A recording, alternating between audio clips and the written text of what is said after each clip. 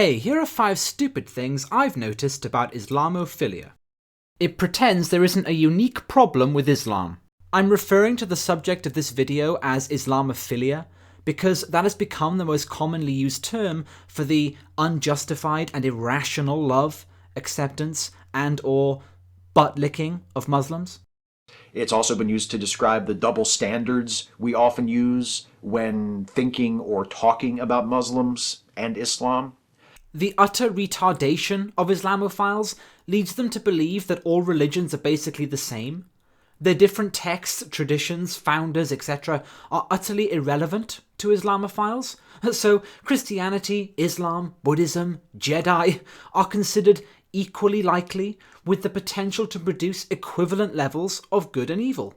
The Quran, just like the Bible, is in parts benevolent and talks a lot about helping your fellow man and feeding the poor, and in parts is horrific and talks about killing everybody that disagrees with you. There are radicals in each faith. It's the fundamentalism. You say fundamentalism of all of these religions is wrong. Religion is a nearly useless term. It's a term like sports. Now, there are sports like badminton, and there are sports like Thai boxing. Okay, and they have almost nothing in common apart from breathing. Now, there are sports that are just synonymous with the risk of physical injury or even death. I mean, there's sports that are just synonymous with violence. Now, if you get injured playing badminton, you're just embarrassed.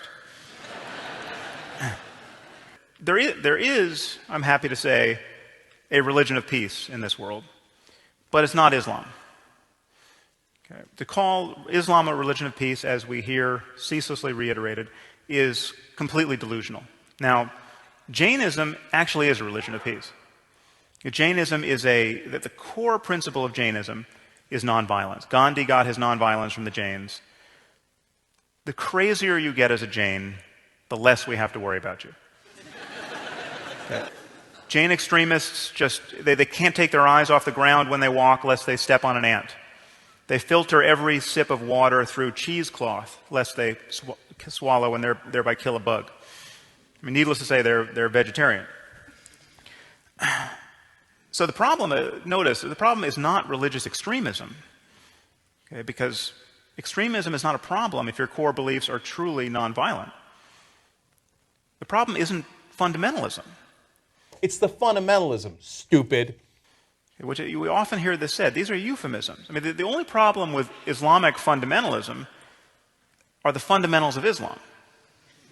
The Islamophilic tendency to portray all religions as the same, in addition to being intellectually absurd, ignores much of the difference between the ways in which the religions are practiced in the modern world.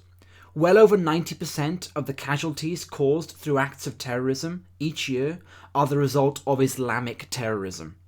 Hundreds of millions of Muslims believe that if a fellow religionist leaves the faith, they should be executed, whilst the number of Hindus, for example, who think that is 0.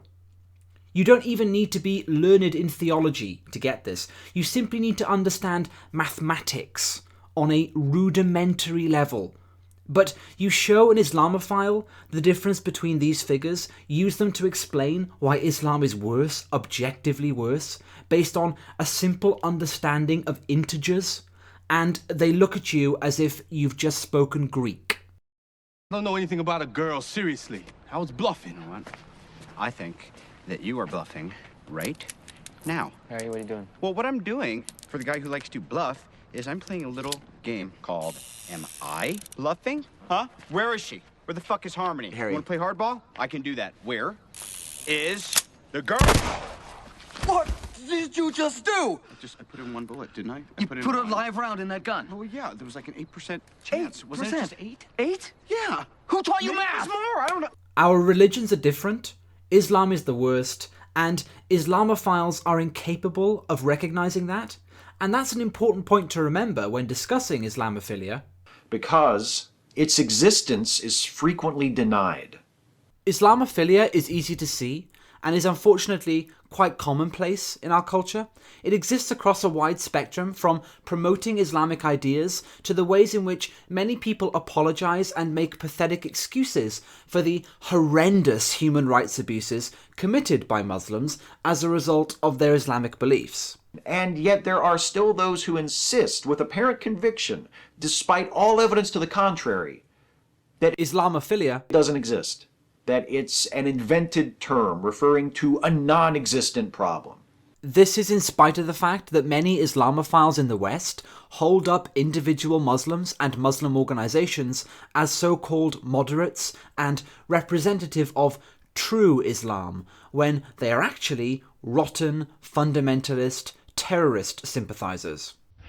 Joining me now is Hassam Elouche. He is the Executive Director for the Los Angeles chapter of CARE, the Council on American Islamic Relations. Zainab Chowdhury is a community organizer and speaks for the Council on American Islamic Relations, which aims to improve the understanding of Islam and encourage dialogue. The Council on American Islamic Relations, a Muslim social justice group. Ibrahim Hooper is from the Council of American Islamic Relations. It's a civil liberties organization which advocates on behalf of the Muslim community in the US, and he joins me now from Washington, D.C. Good to have you on the show, Ibrahim Hooper. Hey, shut up!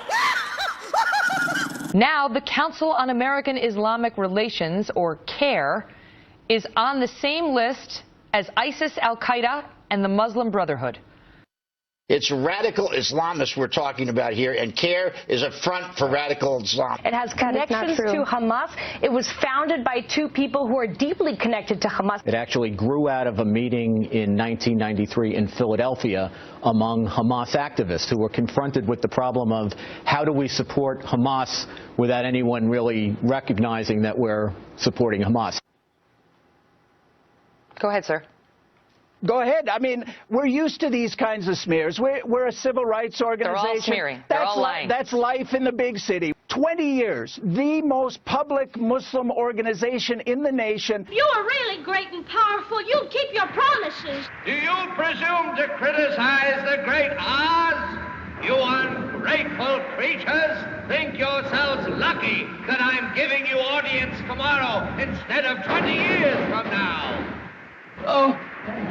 The great Oz has spoken. Oh. Pay no attention to that man behind the curtain.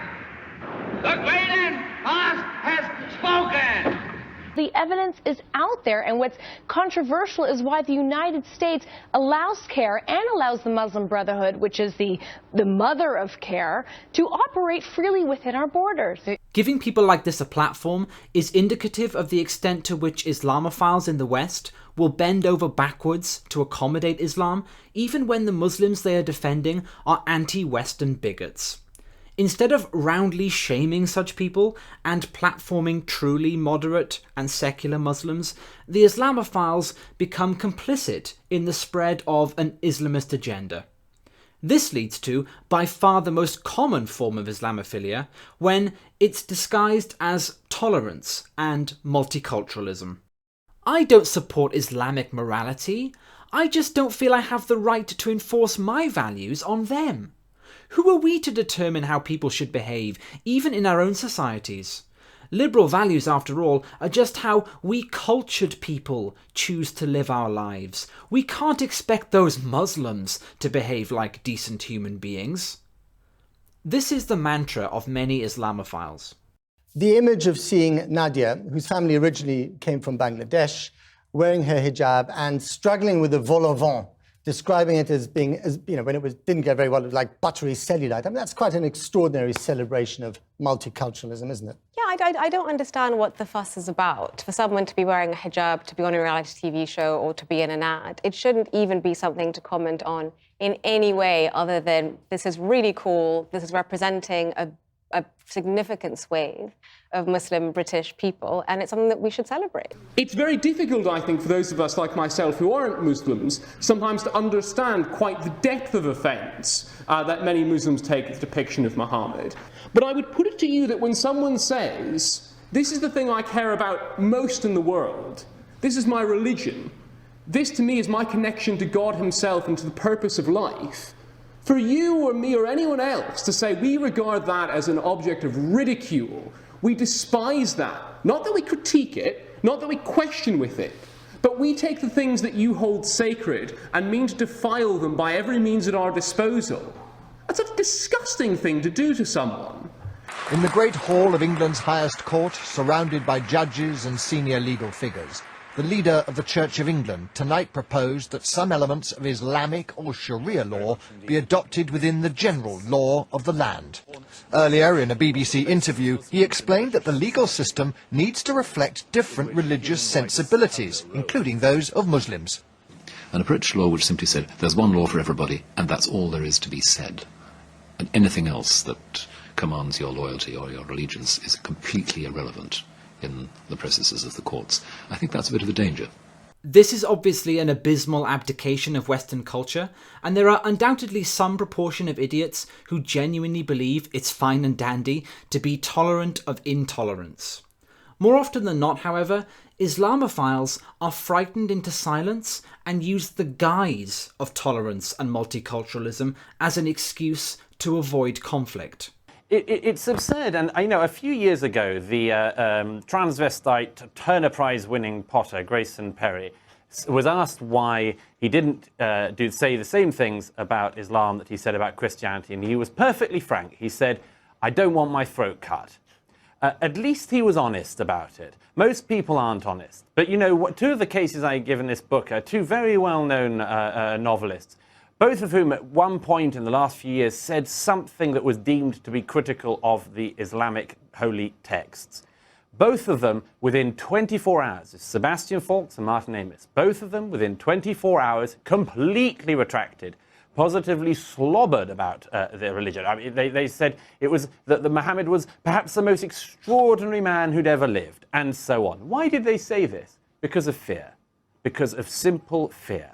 This fear, of course, only perpetuates and eventually results in making those actually brave enough to speak out, be they Muslim or non-Muslim, more vulnerable to victimization. It's time. These are the names of the firstborn sons of Gotham City, just like I was. And like me, a terrible fate waits for them. Tonight, while their parents party, they'll be dreaming away in their safe cribs, their soft beds, and we will snatch them, carry them into the sewer, and toss them into a deep, dark, watery grave. Penguin? I mean, killing sleeping children, isn't that a little,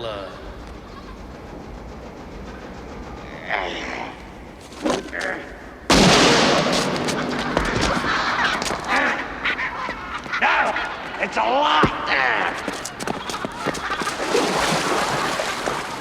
It also, ironically, throws true liberalism under the bus. This state of affairs leads me on to another fundamental problem. Islamophilia isn't always practiced by angry, blatant, foaming at the mouth bigots. You want to fight on it, we'll fight on it, okay? You want to call yourself a liberal? You don't know what a fucking liberal is. Those are easy to spot. But in addition to them, it's practiced by people who ought to know better. Including, I'm sorry to say, many so-called liberals. This idea that somehow we do share values, that all religions are alike, is bullshit. And we need to call it bullshit. No, I actually strongly disagree with that, Bill. I think that it is incredibly important, particularly now after the Paris attacks, particularly now with ISIL raging around the world, to stand up for real diversity and to say our diversity is our strength. So keeping women as second-class citizens is just diversity? I'm not saying that. But you are saying that. No, I'm not. That's what it comes down to. No, I'm not. What I'm saying is we in Canada are not going to say Muslims are worse than Christians or are worse than Jews or are worse than atheists. The ideas are worse. No, and their culture is not worse. And you don't do it by saying to them Muslims are bad. But you're not saying Muslims are bad. Right. You are saying that. We're saying the ideas need to be changed. You're saying their ideas are bad? Killing women for being raped, I would say, is a bad idea. Yeah, I do. Hang me for it. You know what? You might assume they would proudly fight to safeguard the rights of women, homosexuals, racial minorities, etc., who have been under assault from religion, and in particular Islam, since its formation. It turns out, however, that these faux liberals, or regressives, are only prepared to protect minority interests from ideologies developed in white Western societies. If and when they come up against a mullah, spreading morality equally as antithetical to Western ideals, Islamophiles happily renounce their principles and join the dark side. The knife in the back always stings more than the knife in the front. We must join with him, Gundam. We must join with Sauron. It would be wise, my friend. Tell me, friend, when did Saruman the Wise abandon reason for madness? This sort of thinking is not only biased and inimical, worse yet, it serves the aims of extremists. Gangs of Islamist terrorists like Daesh, the so-called Islamic State, want Islamophiles who lack any understanding of the problem we face to dominate the political and intellectual discourse of the West. Islam is a religion of peace. Those fanatics have nothing in common with the rest of the Muslim faith. Islam teaches peace. Muslims the world over aspire to live with dignity and a sense of justice. This inability to understand the extent of the problem, the fact that the Islamic State is incredibly Islamic, is precisely what allows ISIS to exploit Western compassion and cluelessness and smuggle terrorists amongst refugees heading for Europe. When ISIS say they will use the migrant tide to flood Europe with 500,000 of their own jihadists, I think we better listen. Already, one of the ISIS terrorist suspects who committed the first atrocity against holidaymakers in Tunisia has been seen getting off a boat onto Italian soil.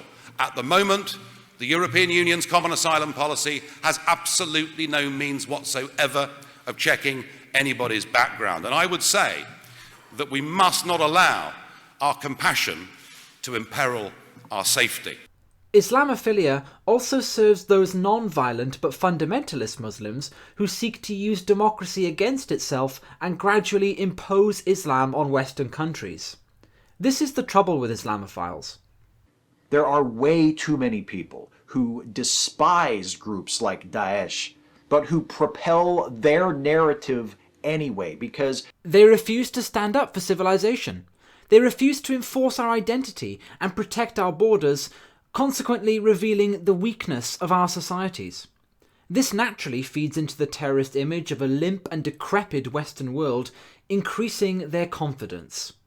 The inability of Islamophiles to understand the true nature of the enemy we face could very well see all we hold dear ultimately destroyed. Apollo, what made you decide to put on an exhibition fight with Drago? Oh, let's call it a sense of responsibility.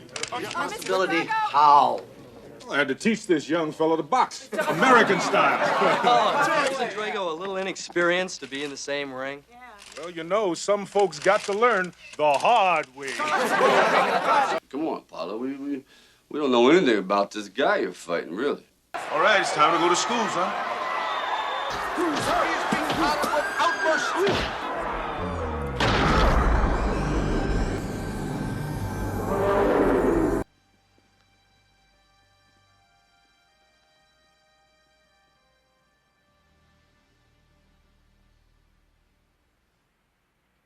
the hardest part is only picking 5. Catch you next time.